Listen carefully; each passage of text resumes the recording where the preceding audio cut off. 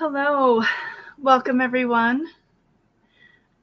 I want to start by giving my heartfelt gratitude to the organizers of the Global Grief Conference. Thank you, Tony Lynch from Memories of Us and Deborah D. Bird from Unplugged Ministries, and our tech crew, Nathan and Joshua at ChickenFox Productions, for months of dedication and hard work to put together this fantastic event of 72 hours of live streaming workshops and speaker presentations on YouTube, Twitch, and Facebook. It's quite a tremendous accomplishment, and I know that it will reach so many people worldwide that need to hear and receive the valuable information and encouragement that this conference will provide. And thank you to all of the presenters, guests, and attendees for showing up and for participating. I'm so honored to be here to speak with you at this conference. I'm going to briefly introduce myself and share a bit about my story before I get into the meat of the presentation. Guys, would you bring up the slide for me? Thank you. My name is Sara Cobb. I'm the founder of My Grief Connection. It's a website and social media platform that's a hub of grief resources and a growing support community for grievers.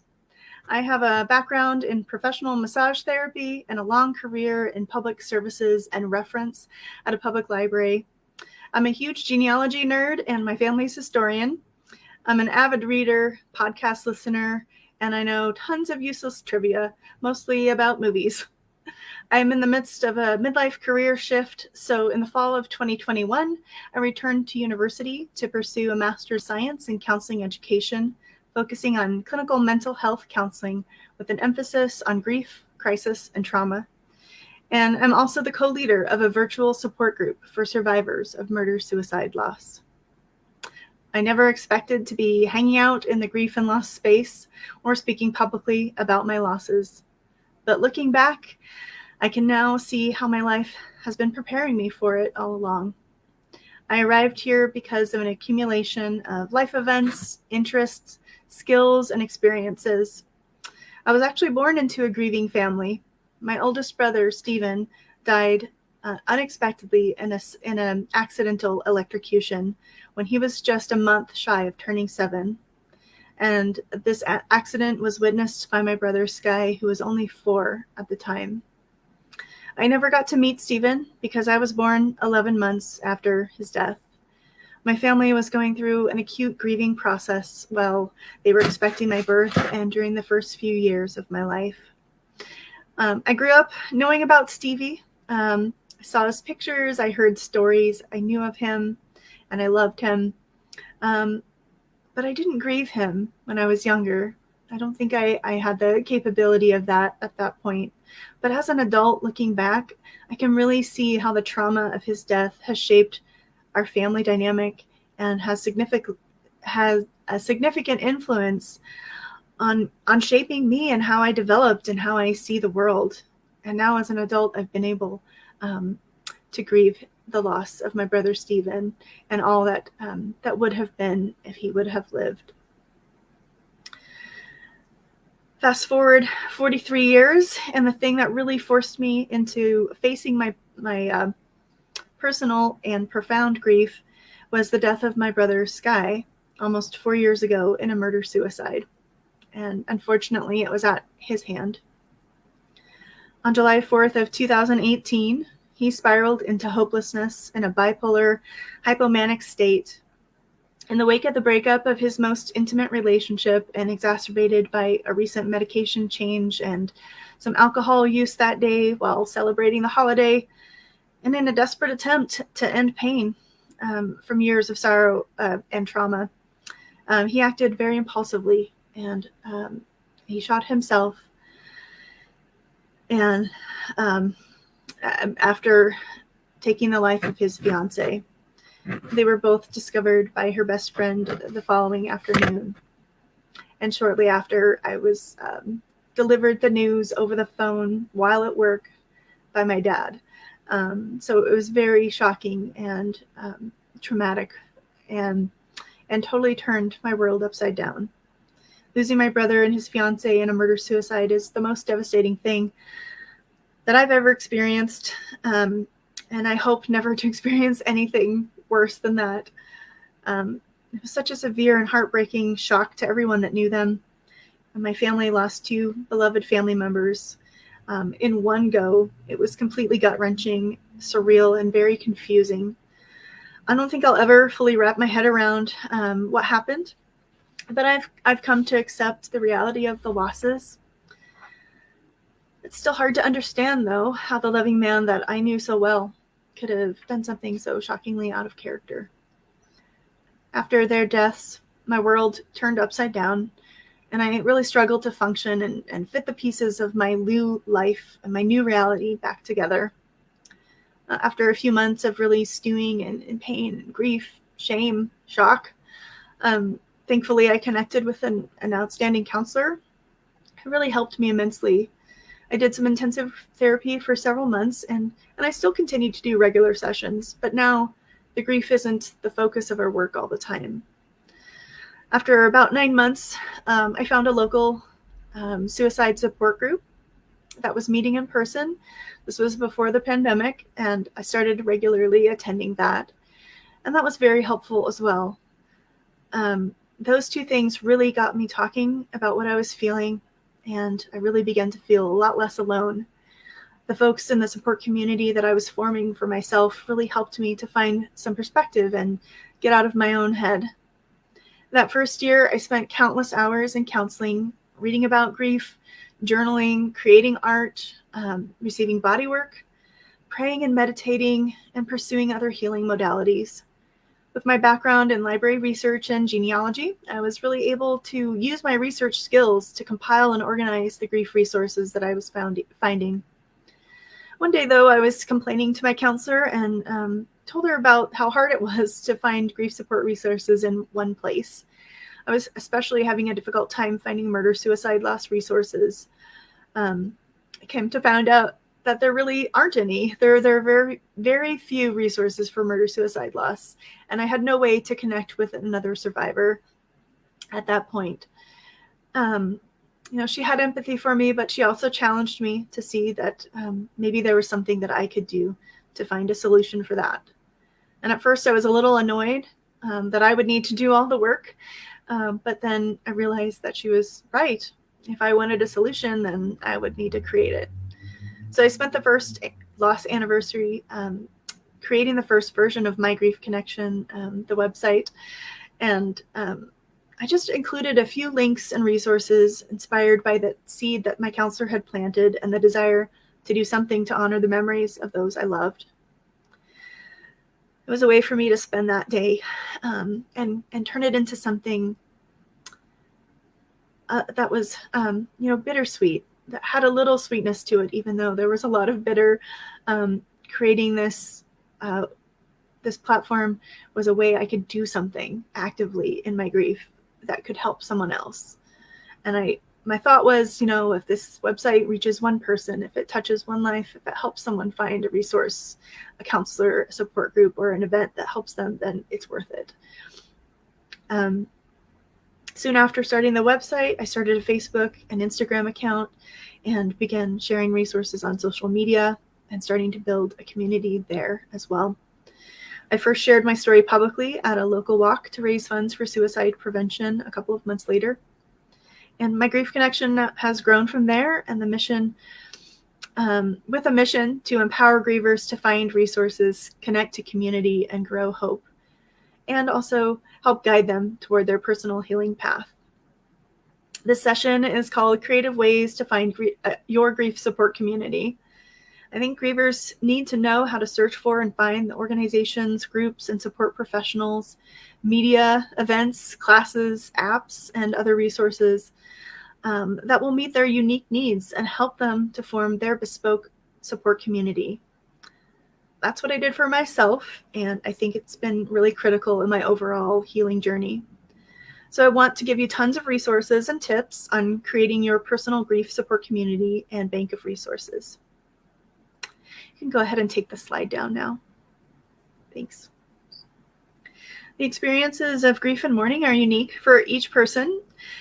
We all grieve and mourn in different ways, and that's okay. It's normal and it's healthy. It makes sense, to grieve our losses. It's an essential part of being human.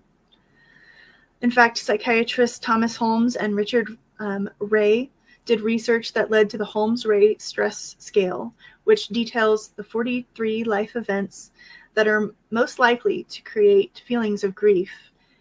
And it's not just death. There's a lot more than death that creates feelings of grief and loss.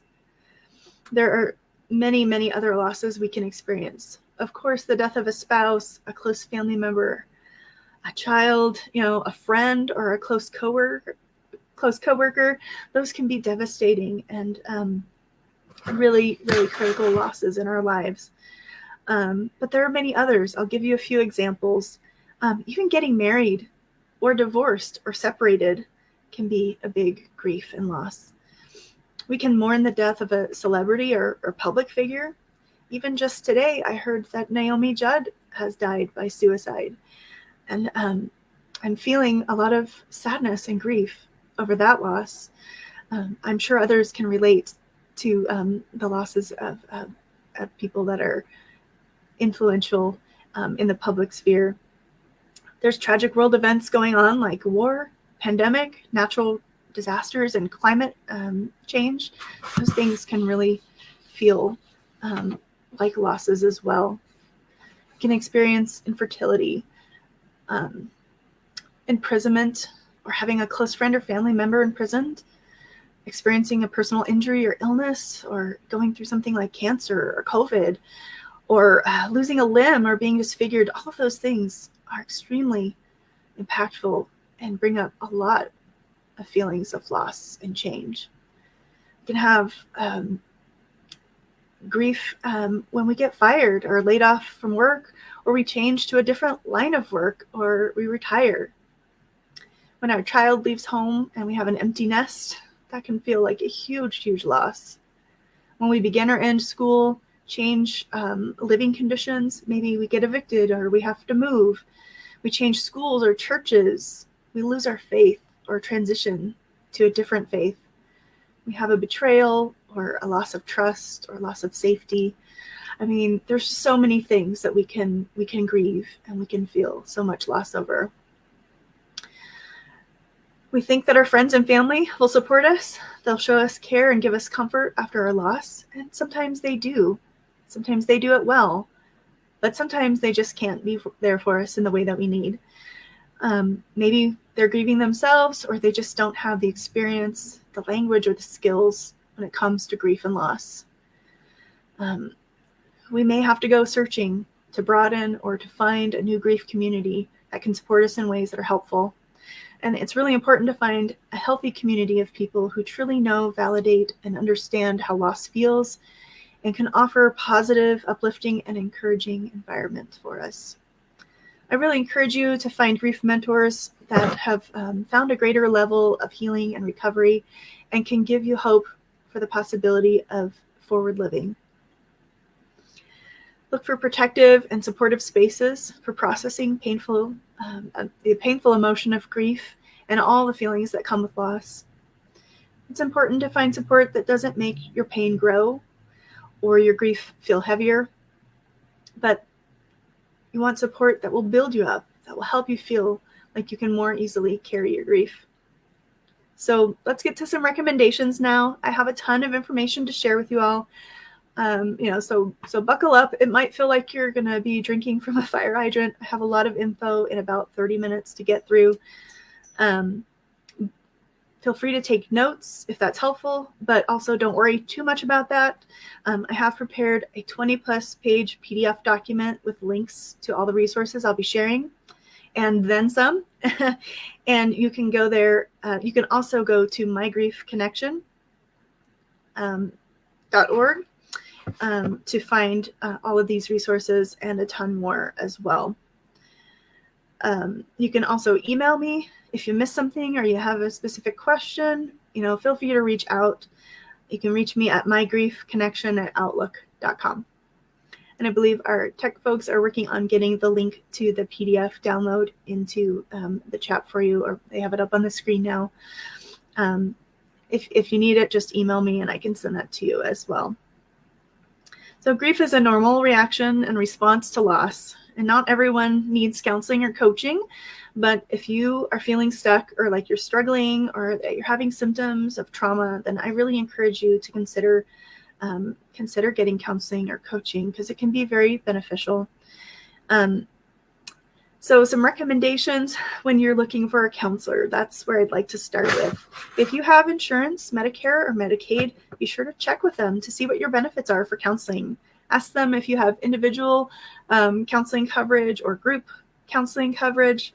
Ask them how many sessions that you're allowed per year or per week, and make sure to pick an in-network provider if you want full coverage, or you can get a super bill if you have an out-of-network provider, and you can submit that yourself and they will reimburse you for what they allow. If you don't have insurance, many therapists and counselors and social workers often offer counseling on a sliding scale. Or they can do it pro bono. Sometimes they'll do a limited number of free sessions with you or discounted sessions. So just ask if there's a financial need. Most are willing to work with you and help you out, or give you a referral to someone that can. Consider group counseling, because that might be cheaper than individual counseling, and you might get the benefit of that group support.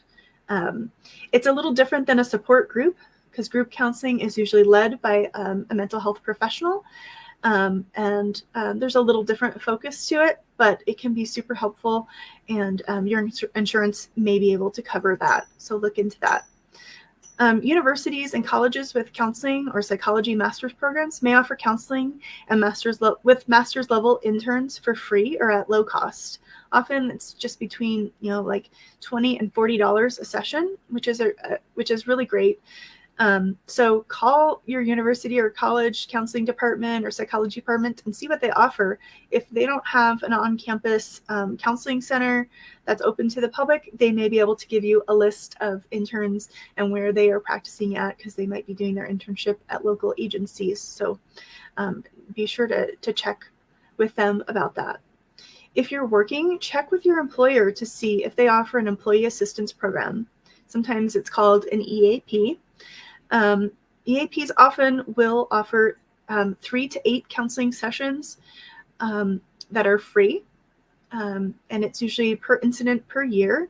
So if you have another incident, some other issue that comes up, you can get another set of free counseling sessions for that incident too. I know it doesn't sound like much, but even just a few sessions can really be helpful, especially if you're really struggling or if you're in the acute stages of grief.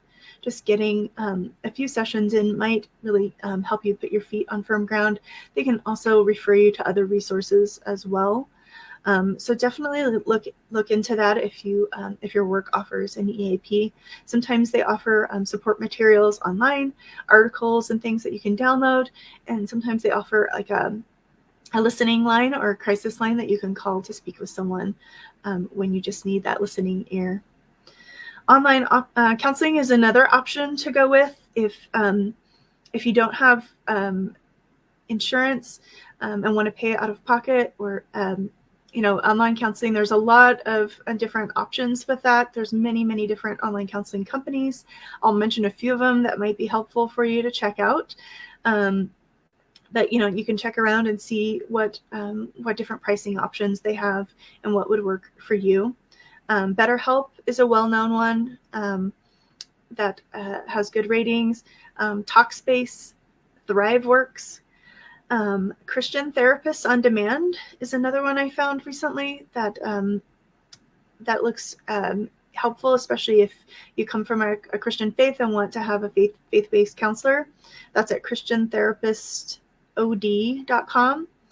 And then Faithful Counseling, that's another one that's a faith-based counseling option. If you have a college student that needs some counseling, have them check out Better Mind. It's Better, and then Mind is spelled MYND, bettermind.com.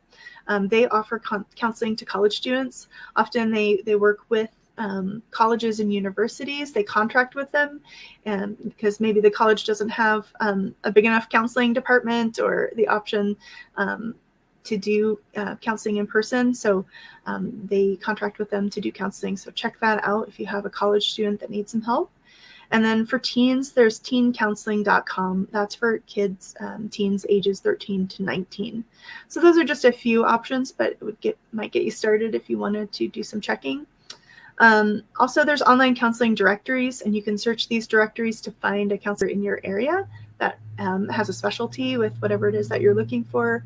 Maybe they specialize in a certain modality, or they take your insurance, or they have a certain faith background that they come from. So Psychology Today is probably one of the most popular and most well-known ones.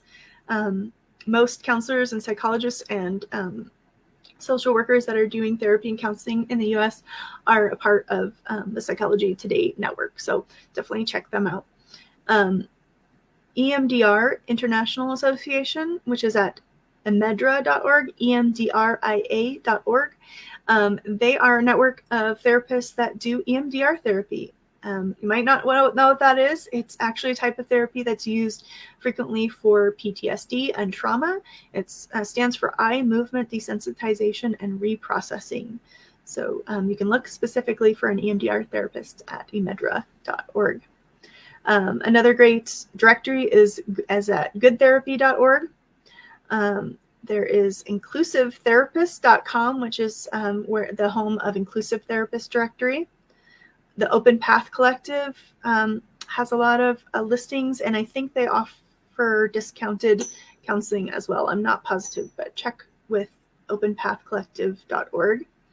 There is therapyforblackgirls.com, therapyforblackmen.org, which are specific directories for people looking for therapists that are Black, that are in there, that are BIPOC, I guess, as you could say. So that's an option. And then traumatherapistnetwork.com is another option if you're looking for a trauma therapist. And then zencare.co is another great directory to search for a therapist. So those are just some ideas. There's more on my website. If you want to look, there's a whole long list of other therapy websites and online counseling options. You can also look for a grief coach. Maybe you prefer coaching as opposed to therapy. They have a different kind of slant. So a coach might be a better fit, or if you don't really feel like you need to speak with someone that's a mental health professional, but just someone that can come alongside you that's maybe been through a similar grief or loss experience, coaching can be a great option. A lot of them have a specific niche related to a certain type of loss or a relationship to the person who died. There are many great coaches that are presenting here at the Global Grief Conference. So check out the website with the list of presenters and just read through the bios and just see if any of them feel like they might be a good fit. Reach out to coaches that resonate to you, because most of them will offer a free discovery call and give you a chance to talk to see if they are a good fit and if you guys click before you can, have to purchase a session or a package. A lot of them will offer some free programs or classes or webinars, or they might have a Facebook group and free resources. So definitely look into that. And yeah, you can also do a Google search for grief coach suicide loss, or grief coach divorce, or divorce coach, or infertility or infant loss coach. Put those kind of search terms together with the word coach or grief coach, and see what you can find using Google. Going to a support group usually normalizes the grief process and helps people feel like what they're experiencing is common after loss. Not everyone who's bereaved needs or wants that additional support of a group outside of their circle of friends or family. They may not need a support group or counseling at all, or right away even. Maybe they want to wait a while, and maybe later in their grief they might want to search out some grief support.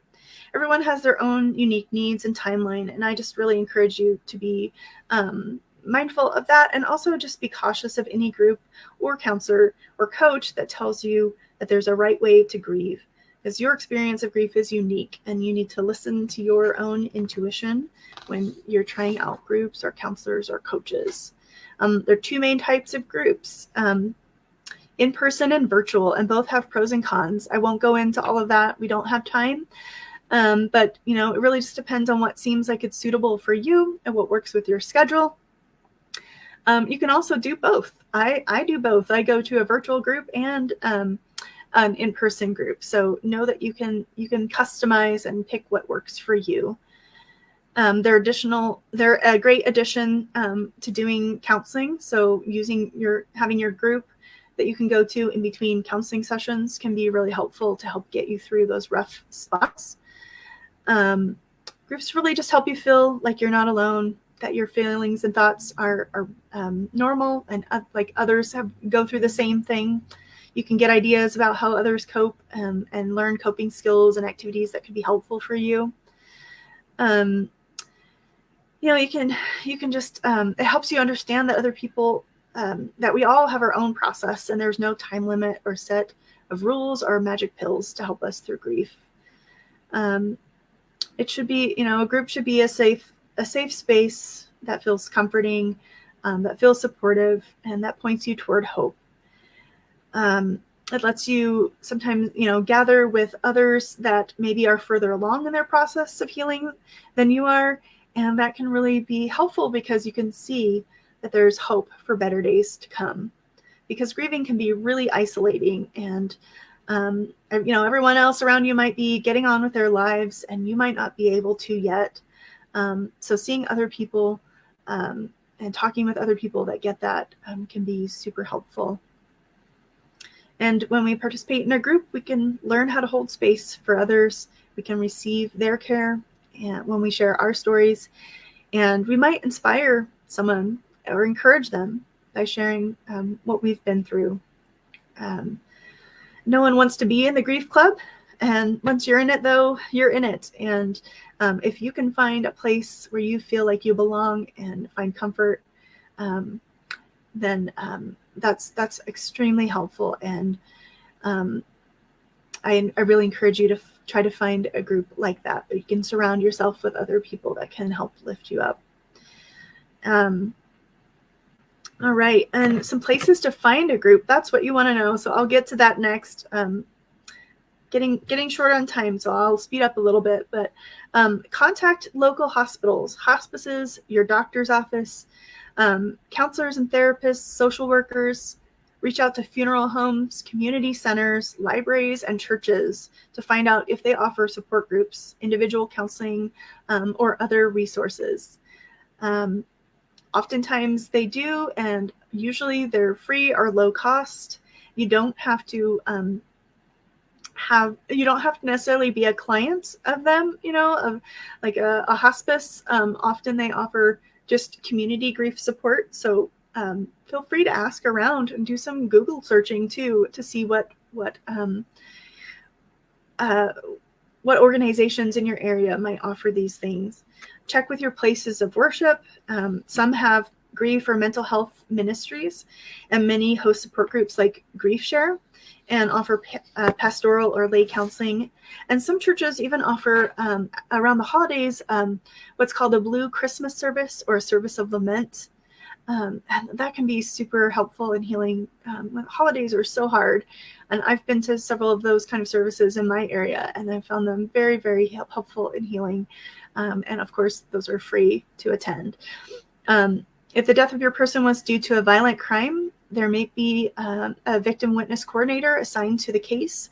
So reach out to your local law enforcement to see what local resources, counseling, and support groups that they can offer or direct you to. Reach out to your local domestic violence organizations if you need support after a rape or sexual assault. That is a huge experience that can lead to lots of feelings of loss and grief, loss of innocence, loss of safety. So there's lots of grief involved when it comes to domestic violence or to sexual assault. Reach out to those organizations. They may offer free counseling, free support groups, a free helpline, or other resources. And also your local suicide or crisis hotlines may have resources and support groups as well. You can call them. You don't have to be in crisis to call. They're happy to help you.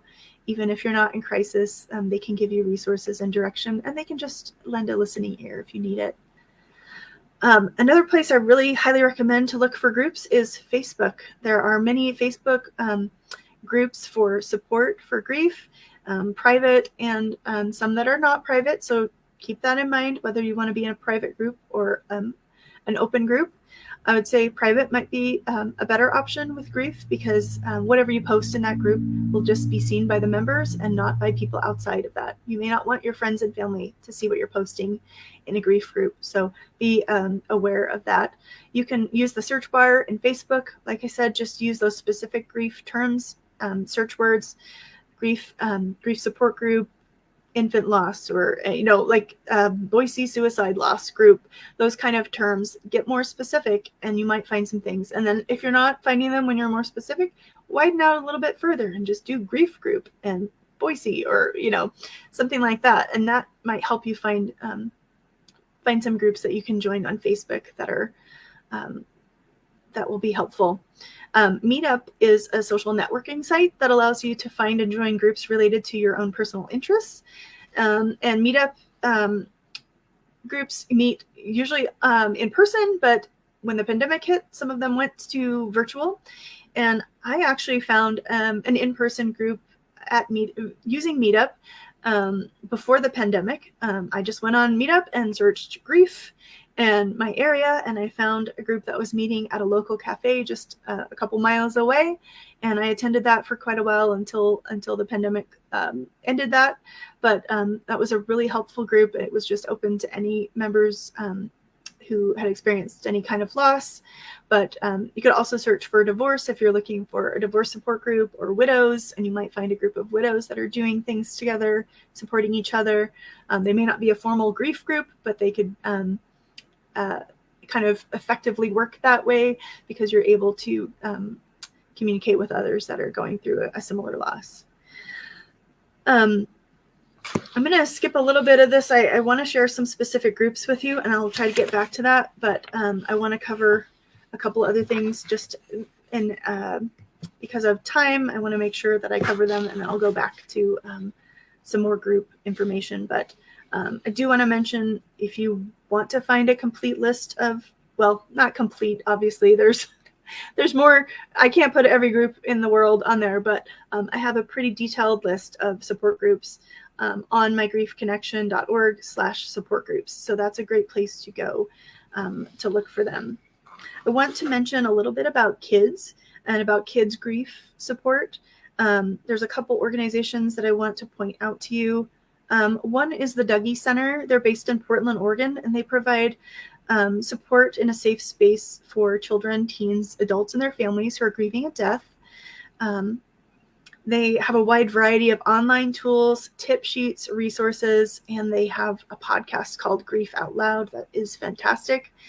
They have an active Instagram account and Facebook group. They have a lot of resources that you can download and use from anywhere you are. You don't have to be in Portland. They sometimes offer classes and trainings, but they're kind of the premier grief center for kids. And there's many other centers across the U.S. that are modeled after the Dougy Center model. So they can be found at Dougy, DOUGY.org. And then there's a great organization called Team Mercy. It's a nonprofit that provides connection and resources for families facing the death of a child.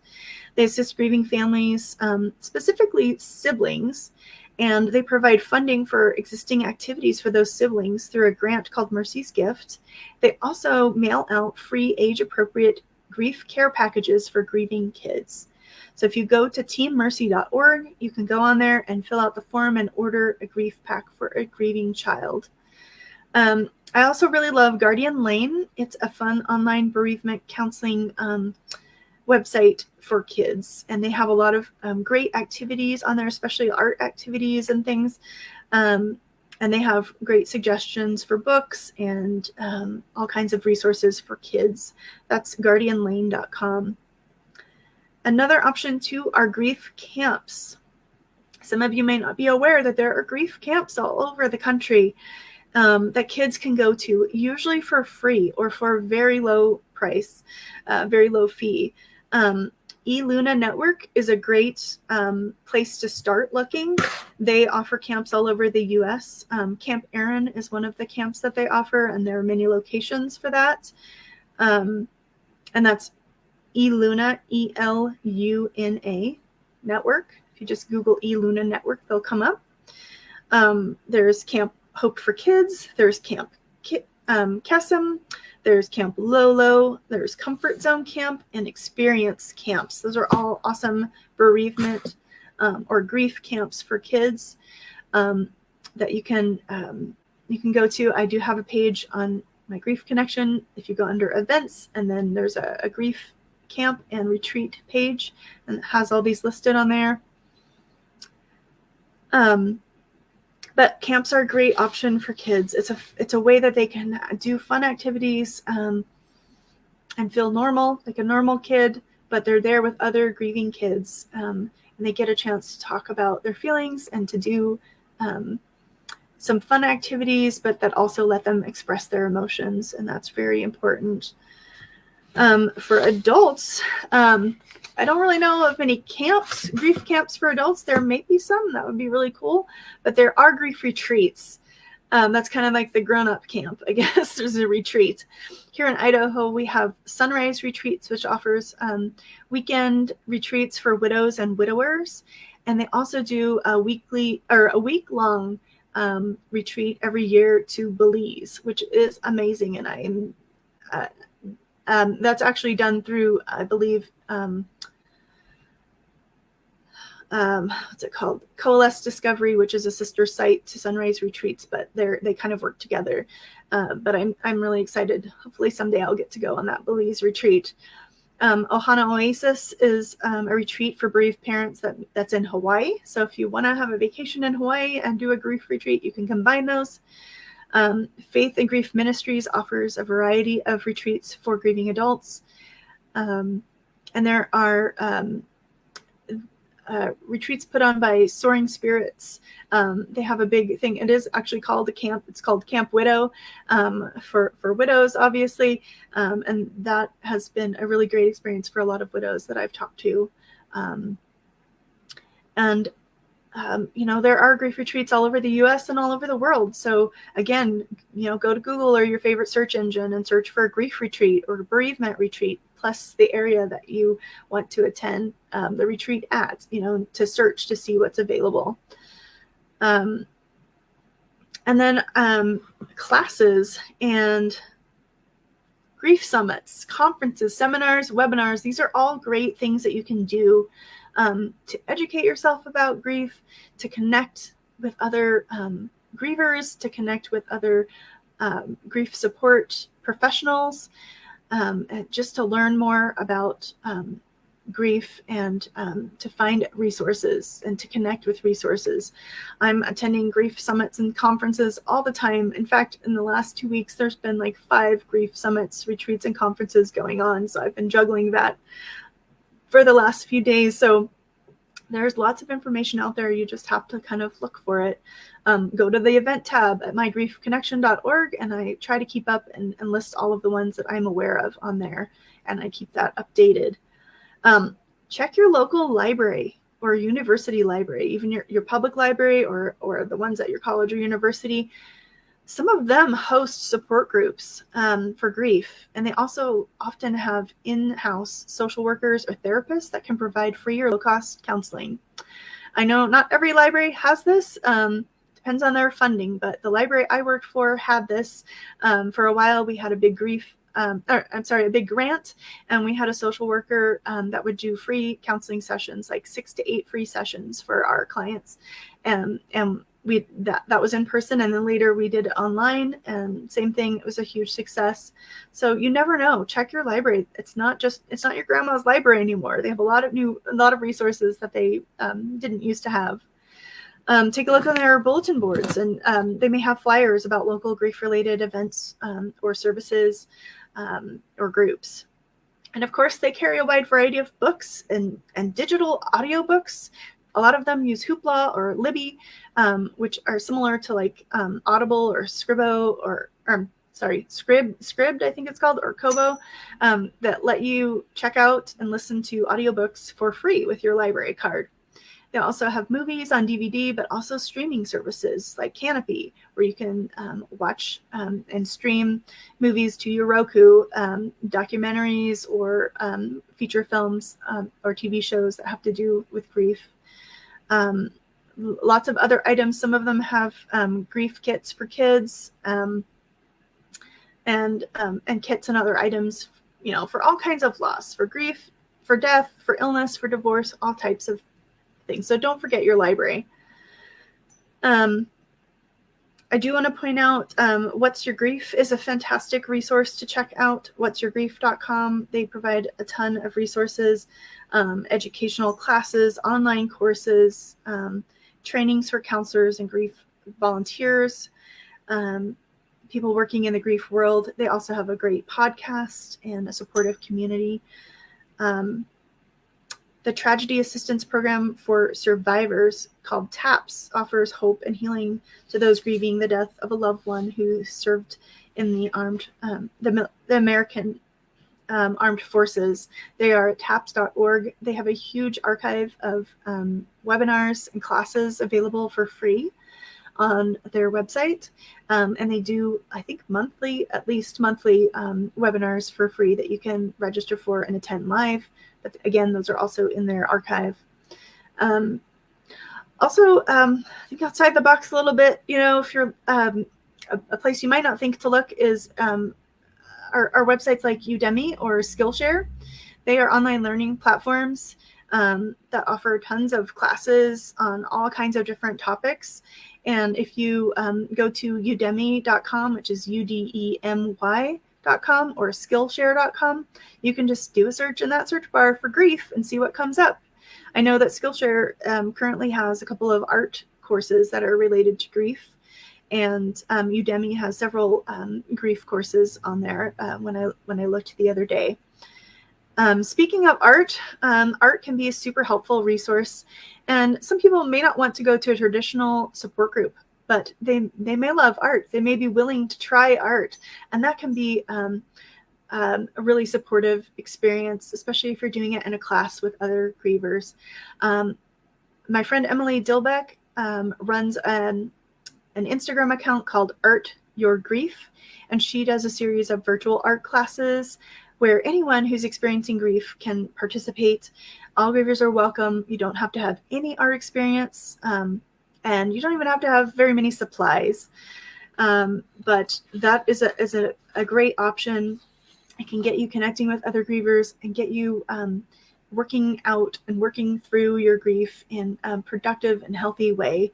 There are other ones available. I have those in the PDF. I don't have time to go into all the detail, but definitely check that out if art calls to you. And then I want to also just mention some apps and text services. There's a lot of great ones that can offer support in your pocket 24/7. You don't have to call. You don't have to talk to someone in person. You can access these anytime, when everyone's asleep and you're up at 2 a.m. because you're hurting.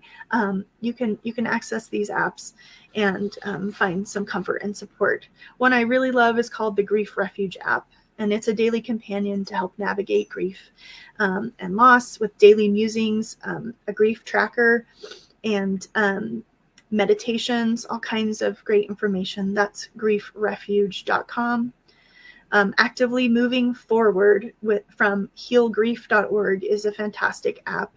And there's chat functions and groups. They have webinars and classes, all kinds of things in that app. And I believe it's all for free on that one. Grief Coach is a texting service that delivers personalized tips and reminders for people who are grieving and those that are supporting them. It's a fantastic service. I have been a part of it for a while now, and I really love the messages. They're really uplifting and encouraging. They give you tips and resources, and that's a great option. 7 Cups is one that's helpful too. It is the number 7cups.org, and that one is a little bit more toward mental health resources, but there are also a lot of grief resource options on their groups and chats. So I'm just about out of time, so I'm going to have to wrap it up. I had so much more I wanted to share, but time is limited. But don't fret, all of this information is in that PDF. The link should be in the chat. You can also email me if you have any questions or if you need a copy of that, and I can send it to you. There's so much more out there.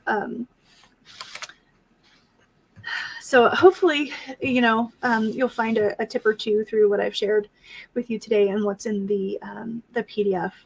I do want to share real quickly that I co-founded and currently lead a virtual support group for survivors of murder-suicide. We have members from all over the country, and to our knowledge, we're the only support group of its type. We're a hybrid group that is part action and part support. We welcome anyone who considers themselves to be a survivor of murder-suicide that has been through that type of loss, regardless of their relationship with the deceased. We try to leave people with a tool, a tip, a connection, or a new perspective, so that that will help them, hopefully move forward in toward their healing goals. Prospective members can email me, mygriefconnection.outlook, if they're interested in joining the group, and I'll work with them to start the process and address any concerns or questions. So if you know of anyone that's struggling with this kind of loss, please help us get the word out. There are hardly any resources at all for murder-suicide, and we want that to change. Can you bring up the slide again, tech people? I just want people to see my contact information. You can reach out to me, like I said, at mygriefconnection@outlook.com. You can follow My Grief Connection on Instagram. It's my_grief_connection.